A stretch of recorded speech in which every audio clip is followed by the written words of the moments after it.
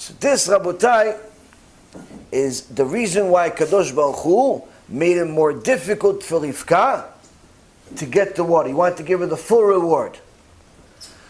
And that's in essence also, when it came to her marrying at such a young age, even though physically she was bigger than people are today at that age, still it was relatively young anyway, because we see that Yitzchak still had to wait 3 years. So why didn't just Yitzchak let us stay home for 3 years? So I had to stay home because Lavan and his mom said, listen, Eliezer, why don't you let us stay with us for a little while? You know, the father just died. Let us stay with us for a little while, maybe a few weeks, a few months, a few years. She's still young. He didn't see this yesterday. Why? Because he didn't think she was going to leave. He thought he was going to kill Eliezer. Let us stay with us for a little while. And they say, oh, hold on a second. Let's not delay. We already made a deal. Let's not delay. Let's just go right now. Why was Eliezer so pressing? It wasn't like Yitzchak was an old man. He was only 37 years old. It wasn't an old man. So what's the pressing? What's the problem?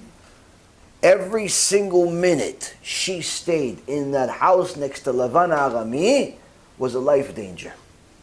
Every single second you stay friends with your old Christian friends, with your old missionary friends, with your old atheist friends, with your old friends that are anti-Torah, is a life risk. Life risk. And that's why the Chachamim say, stay away from the ugly and even what looks like it's ugly. Stay away from something ugly, which is clearly atheism, missionizing, garbage, anti-Torah, and so on. But even if it looks like it's ugly, what does it mean if it looks like? It's one of your religious friends that likes to watch movies. He's religious, but he likes to go to the movie theater and watch a few filthy movies over there. Stay away from him too. Why? Because within a matter of time, he'll affect you. She'll affect you. Your girlfriend, your best friend since kindergarten, she doesn't really like the Torah. She doesn't really like to walk around modest. Stay away from her too. Why? Because it's only a matter of time. If you're in a transition to do TeShuva, being surrounded by people that are part of your past will keep you there. You'll have a much more difficult time moving forward if you're surrounded by people that are from your past. Why? Because they're not moving forward, and you want to.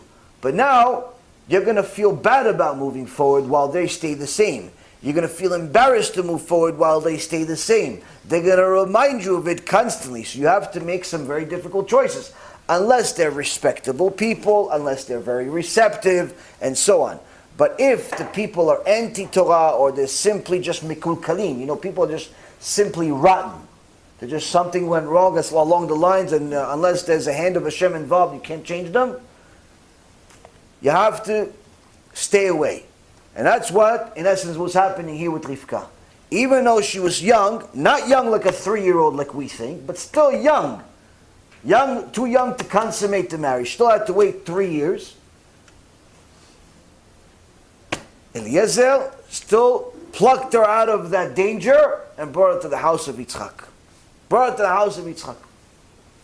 And this is important for a person to know, is that people always ask me, how do you survive this world? Somebody asked me this week, especially young men, ask me, how do you survive this world? Where even if you want to protect your eyes, even if you want to protect your blit, even if you want to do all types of things, how do you do it? First and foremost, you have to learn Torah and Musar. If you're not learning Torah and Musar every single day, you're going to have a very difficult time. Now, when it comes to learning Torah and Musar, you not only have to learn Torah and Musar, but you also have to learn Torah and Musar from a place that inspires you. Because many times people get inspired by, let's say, our shiurim, to do tshuva, to get some chizuk, to do good things, and then they figure they finished. They watched 50 shiurim, 100 shiurim, 200 shiurim, they figure they're finished. Let me move on to just learning books. Mistake. Why is it a mistake? If those shiurim inspired you to get started, they're inspiring you now. even if you don't notice it as much as you did in the beginning. And you abandoning it, you letting it go is a mistake, and you could easily fall back to where you used to be.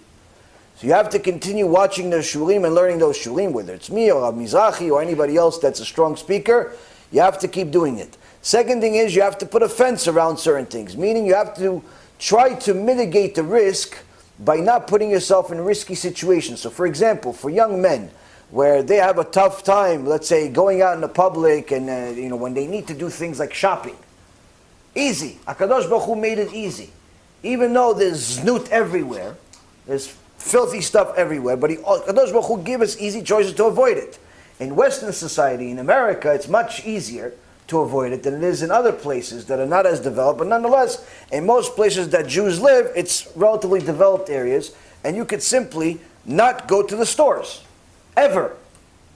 Never go to a store. You need food, there's something called a computer. You press a button, and the computer says, okay, I'll give you the food. That's what happens. This is how we shop. We shop every week, every day, all the time, whatever we need, on a computer. We go on a computer, we go on a website, whatever website you need, whether it's a supermarket website, or it's Amazon, my buddy, or whoever it is. You need something, you press a couple of buttons, within a little while, boxes show up. That's it. That's the way it is. Why? Because you want to limit certain things. So, can you go to the store? Yes, you can go to the store. But if you know that you can't handle it, don't go to the store. And just be conscious of the fact that there are certain places that trigger you, and you have to think of a solution. And a solution doesn't mean like, oh, no, you know what, I'm going to go, but I'm just going to close my eyes the whole time. You have to be realistic. You have to be realistic. You have to do certain things. There are easier solutions than looking weird. So, and again, there are different things that you can do to protect yourself. But again, this also includes protecting yourself from friends, from televisions and cable channels, from internet, that's websites and all types of channels that are full of garbage, from music that's full of garbage. You have to get rid of a lot of the stuff that triggers you. Why? Because if you want to progress, that means you have to abandon the past. Now, I don't expect you, and I don't think that you even can abandon all of the bad overnight, and it's not even normal for a person to do that simply because you don't even know what to abandon initially. But the point being is that if you know that something causes you to think of the past too much, you have to abandon it. You have to abandon it. There are certain things you have to be more strict with than others, but nonetheless, you have to move away from the danger. Sur mera ve'aseh tov. Stay away from evil and do good. So that's in essence also one of the things that Eliezer was doing over there when he was plucking Rebecca out of that dangerous situation called her family, because he knew that Rivka was a miracle. She was a miracle because she was still a tzadikah despite being surrounded by wicked people. But how long can you rely on that?